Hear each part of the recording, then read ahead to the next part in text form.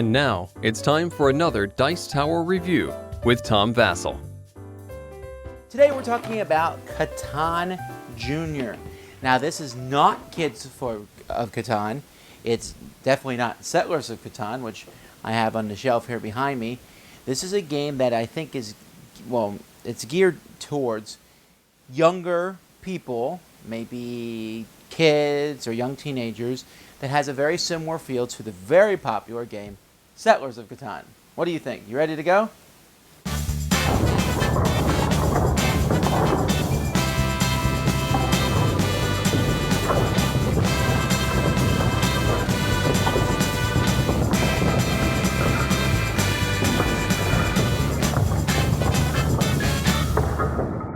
So here's the board for the Catan Junior. There's another side of the board. This is used for only 2 players. But in a 3 to 4 player game, you'll use this side. And each player picks a color, and then they're going to put a pirate's layer of their color on the spots that are, that show the dot of their color. And if one player doesn't play, then white is not involved. And then each player also gets one ship, which is placed on a dotted line of their color. Now, if you've played Settlers of Catan before, you'll know that these pirates' layers match the villages and the ships match the roads. Then you're going to place one of each of the resources. We have gold, wood, cutlasses, molasses, and goats. These are the different resources that players will be getting as the game progresses. And then over here we have a set of pirate tiles. There is a ghost captain who gets placed on a ghost island in the middle. Each player gets a reference card, and the game begins. On a player's turn, they simply roll the die. Whatever number they roll, so let's say they roll a 2, anybody who is adjacent to a 2 gets a resource of that type. So for example, white here is next to a 2 that shows a goat, so white would get a goat. Orange and blue are both next to molasses, so they would both get a molasses barrel, and red is next to a wood with a 2, so red would get a wood 2. Then the player whose turn it is has the opportunity to look at their reference card and see which of these they would like to trade in for. For example, you can build a new pirate's lair for one of each of those resources, a new ship for those, and you can buy a parrot tile for cutlass, molasses, and a gold. So a player can do it. A player can also trade. You see there's 5 trading posts here, so let's say I need some molasses. I could trade a wood in for those molasses. And then if all of these are the same, if they all turn to wood, for example, which, it's possible as the game progresses, then you would take them all off and replace it with one of each type. A player can also trade 2 of any resource to the bank and get any resource of their choice. And in the quote-unquote advanced game, you can trade with other players. Now, when you build new spots, they have to be next to a ship that you have. So you need to build more ships so that you can build more pirates' layers as the game progresses. And the more pirates' layers, the more resources you're going to get.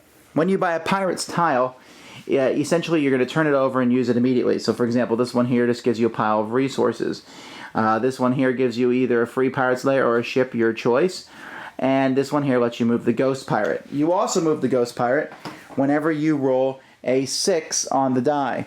The ghost pirate can go, and what he does is he blocks a number from being used, and when you move him there, you will get 2 of that type. So if I moved him here, I would get 2 gold, because that's what it shows on that resource property, and if a 3 is rolled, blue is not going to get any gold resources. And so the pirate is moved every time someone plays a tile, or anytime somebody rolls a 6. The game is over when one person manages to get all their pirates' layers on the board. At that point, that player is the immediate winner. Alright, well, let's talk about Catan Junior. And we'll start with the girls. Catan Junior, of course, is a game where you're rolling to get resources. What do you think of Catan Junior? It's fun because you can move the ghost around if you get a parrot. And the parrots give you like something. And you can build houses, cities, and boats. Okay. All right. So you like it? Mm-hmm. All right, Amy? What do you think? I like it because it's very fun, and I like how they made the stuff, how when you have a parrot, you can either move the ghost or put a city on or a boat on, and I like how you could buy stuff to get more cities and boats, and whoever has the least stuff at the end wins. Do you like when someone puts the pirate on your number? No. No. Happened to Amy a lot. Okay, Catan Junior is a game in which we're taking Settlers of Catan and making it for a younger crowd. But it does not dumb it down as much as you think. Obviously, it takes the distribution, instead of having 9 verse 6 verse 2 verse 10, it's just 1, 2, 3, 4, or 5, and that's a very even distribution, so it doesn't matter where you put your cities. You're going to get it 1/6 of the time. Your numbers will be rolled.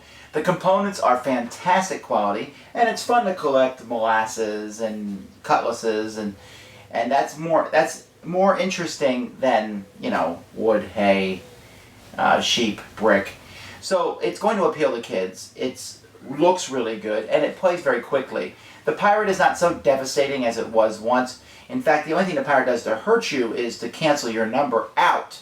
You don't actually steal from the other person, you get 2 resources of your choice. So it's a bit of a kinder, gentler Settlers of Catan, but it does work really well for families, and it's one that I will recommend. And you like it? Yep. Alrighty. Thanks so much for watching the Dice Tower videos. Find more great videos and reviews, as well as our top-rated audio podcast at Dicetower.com. You can also find the latest board game news at Dicetowernews.com. I'm Eric Summerer, and you've been watching The Dice Tower. The Dice Tower is sponsored by Fun Again Games, the world's best game source. Fun Again Games has over 5,000 games available. Check them out at funagain.com.